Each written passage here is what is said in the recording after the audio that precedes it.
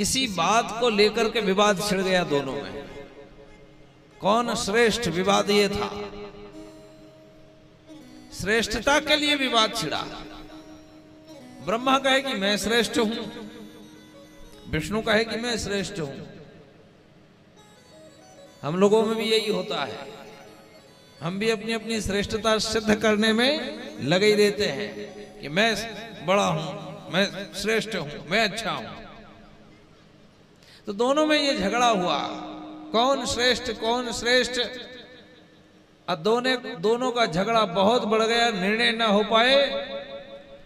तो दोनों के बीच में भगवान शिव अग्निलिंग के रूप में प्रकट हो गए। बोले शिव शंकर भगवान की।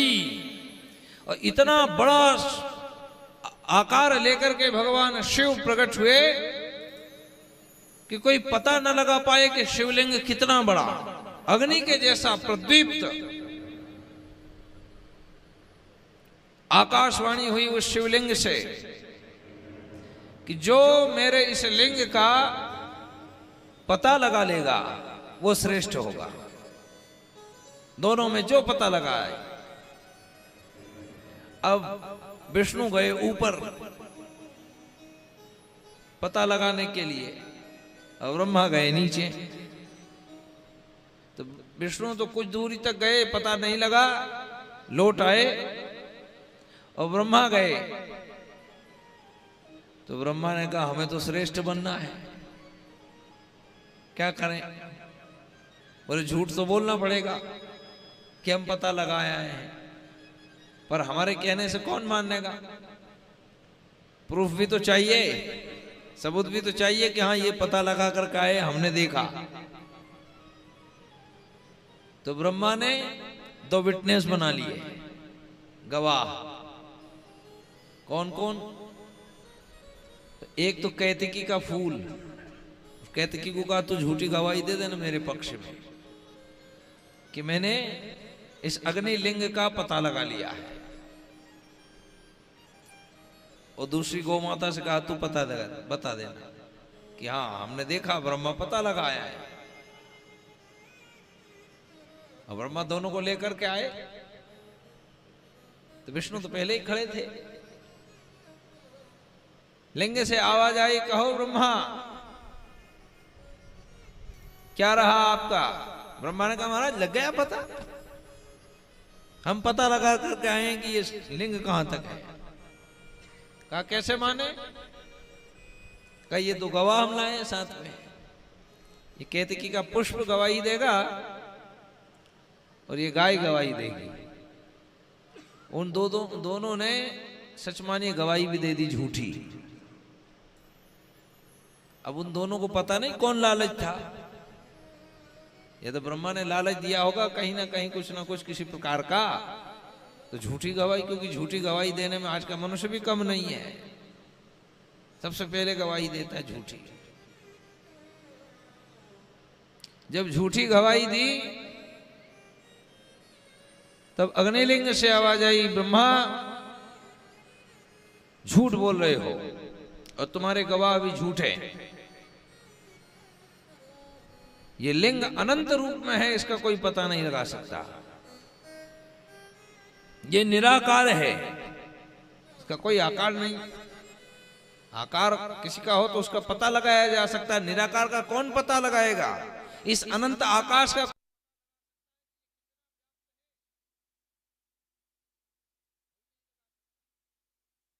एक बार भगवान नारायण ने भी कहा गरुड़ से और एक मच्छर से कि जाओ आकाश की अनंतता का पता लगा करके आ सकते हो, बता सकते हो कि आकाश कितना अनंत है। गरुड़ ने कहा महाराज अभी पता लगा करके आता हूं।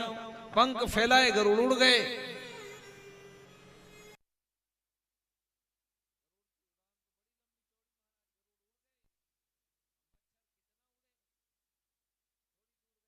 भिन भिनाया, वो आकर भगवान से कह दिया महाराज आकाश अनंत है। गरुड़ 6 महीने बाद लौट करके आए।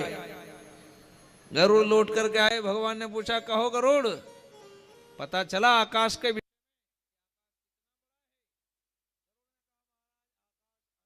भगवान ने कहा जो तुम 6 महीने में पता लगाए वो गरुड़ ने, इसने मच्छर ने थोड़ी सी देर में बता दिया कि आकाश अनंत है।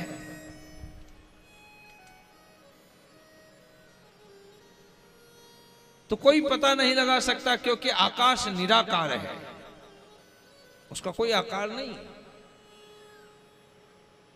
अग्निलिंग ने कहा मैं निराकार रूप में हूं, तुम झूठे ब्रह्मा और तुम्हारी गवाही देने वाले ये दोनों, ये पुष्प और गाय दोनों झूठे, इसलिए जाओ मैं ये श्राप देता हूं कि ये पुष्प कभी देव पूजा में सम्मिलित नहीं होगा। इसलिए केतकी का पुष्प कभी देवों को नहीं चढ़ाया जाता। तो गाय को श्राप दे दिया कि तुम कलियुग के आने पर गंदी वस्तुओं का भी भक्षण करोगी, इसलिए गौ माता दिखाई पड़ती है। आज श्राप दे दिया। और जिस दिन नंदी कहते हैं सनत कुमार, जिस दिन ब्रह्मा और विष्णु के सामने भगवान का वो निराकार लिंग अग्निलिंग जो प्रकट हुआ था, उसी दिन संयोग से शिवरात्रि थी। और वही दिन वही रात्रि शिवरात्रि के नाम से जानी गई।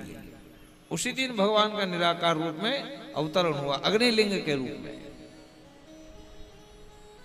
तो जो सगुण साकार थे वो निर्गुण निराकार हुए। और नंदी कहते हैं सनत कुमार जी, कोई व्यक्ति 12 वर्ष 12 महीने देवाराधन करे और 12 महीने प्रतिदिन भगवान का पूजन आराधन करने का जितना पुण्य फल उस व्यक्ति को प्राप्त होता है, उतना पुण्य फल यदि कोई केवल शिवरात्रि के दिन भगवान शिव की चारों प्रहर की पूजा अभिषेक कर ले, तो जितना 12 महीना पूजा करने का फल मिलता है, उतना ही फल केवल शिवरात्रि के दिन पूजन करने से मिल जाता है। इतनी शिवरात्रि की महिमा। वो पूजन कैसे करें? तो बोले आचार्य के सानिध्य में पूजन करना चाहिए, मनमुखी ढंग से नहीं करना। क्योंकि पूजन की अपनी एक विधि है, शास्त्रों में वो वर्णित है। कौन देवता को कौन वस्तु चढ़ाई जाएगी, कैसे चढ़ाई जाएगी, उसका भी एक विधान है। गलत चढ़ा देने पर उसका प्रतिफल नहीं मिलेगा आपको। इसलिए पूजन करिए, आचार्य के सानिध्य में बैठ करके अभिषेक करिए भगवान शिव के उस निराकार रूप का, पिंडी रूप में जो भगवान विराजित हैं उनका। अब पूजन कहां बैठ करके करें, इसका भी नियम है। भगवान शिव की पूजन के विषय में शिव पुराण में कहा गया कि भगवान शिव जहां विराजमान होते हैं, उनकी जलाधारी का मुंह प्रायः उत्तर दिशा में होता है। देखा आपने आपके यहां ऋणमुक्तेश्वर भगवान का? आप लोग किधर खड़े होकर पूजा करते हो? पुरुष वर्ग तो शायद करते होंगे, लेकिन माताएं तो करती हैं। क्योंकि भगवान शिव पंचानन है, 5 मुख वाले। भगवान शिव के 5 मुख हैं, और 5 दिशाओं में उनके मुंह है, 5 तरफ मुंह है। पूर्व में है, उत्तर में, पश्चिम में, दक्षिण में और ऊर्ध्व में 5 मुख हैं। तो पूजन किधर बैठ करके करें? कहा जिस जलाधारी का मुंह उत्तर दिशा में हो, तो वहां जो शिवलिंग विराजमान है, उस शिवलिंग में भगवान शिव का मुख प्रायः पूर्व दिशा की ओर माना गया। पूर्व दिशा में भगवान शिव का मुंह है, तो करे क्या? बोले पूर्व दिशा में कभी सन्मुख होकर के पूजा नहीं करना, मुख के सामने कभी खड़ा नहीं होना, एकदम सामने खड़े होकर के पूजा नहीं करना चाहिए। फिर कहां खड़े हो? बोले पीछे, पूर्व की तरफ मुंह कर ले, पश्चिम में खड़े। बोले ना ना, पीठ पीछे से मुंह करके बैठेंगे तो इधर उल्टा हाथ होगा। इधर गौरी का स्थान है, इसलिए वाम भाग पर भी नहीं बैठना, पूजा के लिए। फिर किधर बैठे? बोले इधर दक्षिण में बैठिए, और इधर बैठ करके उत्तर में मुख करके फिर भगवान शिव की पूजन करिए। ऐसा शिव पुराण का वर्णन है। भगवान नंदी ये बता रहे हैं, दक्षिण भाग में भगवान शिव के बैठ करके उत्तराभिमुख होकर के और फिर भगवान शिव का पूजन करिए। भगवान शिव के 5 मुख और उन्हीं 5 मुखों से एकाक्षरी ब्रह्म की उत्पत्ति हुई। एकाक्षरी ब्रह्म समझते हैं ना आप?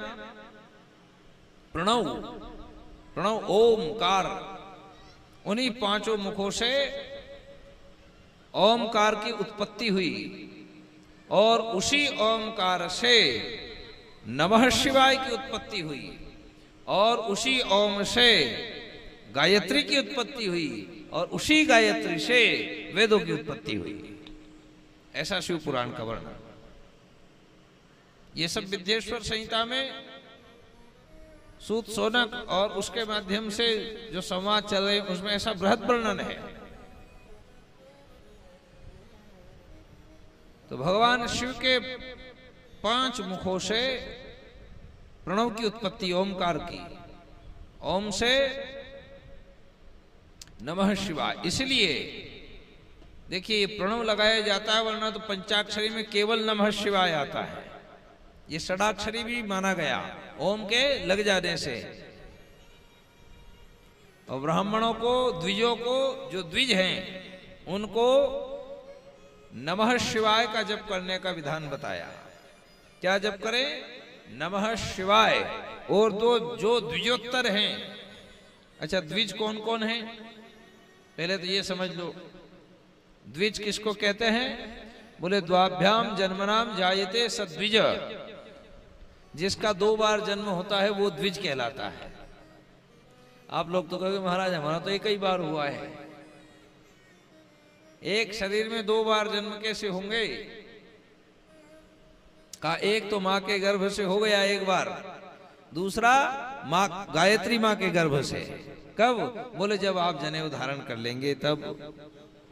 जब आपने यज्ञोपवीत ले लिया तो समझिए आप द्विज हो गए। और यज्ञोपवीत का 3 वर्णों को अधिकार, ब्राह्मण, क्षत्रिय और वैश्य, तीनों को यज्ञोपवीत धारण करने का अधिकार। इसलिए तीनों को द्विज कहा गया। और तीनों द्विज की संज्ञा में आते हैं। जिसका 2 बार जन्म, और भी द्विज हैं। द्विज कौन कौन? जिसका जन्म हुआ वो द्विज, और आपके मुंह में दांत हैं ये भी द्विज है।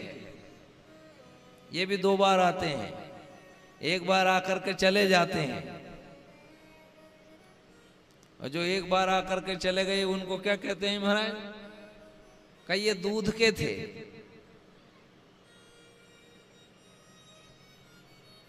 दूध वाले गए, अब अन्न वाले आए, तो ये भी द्विज।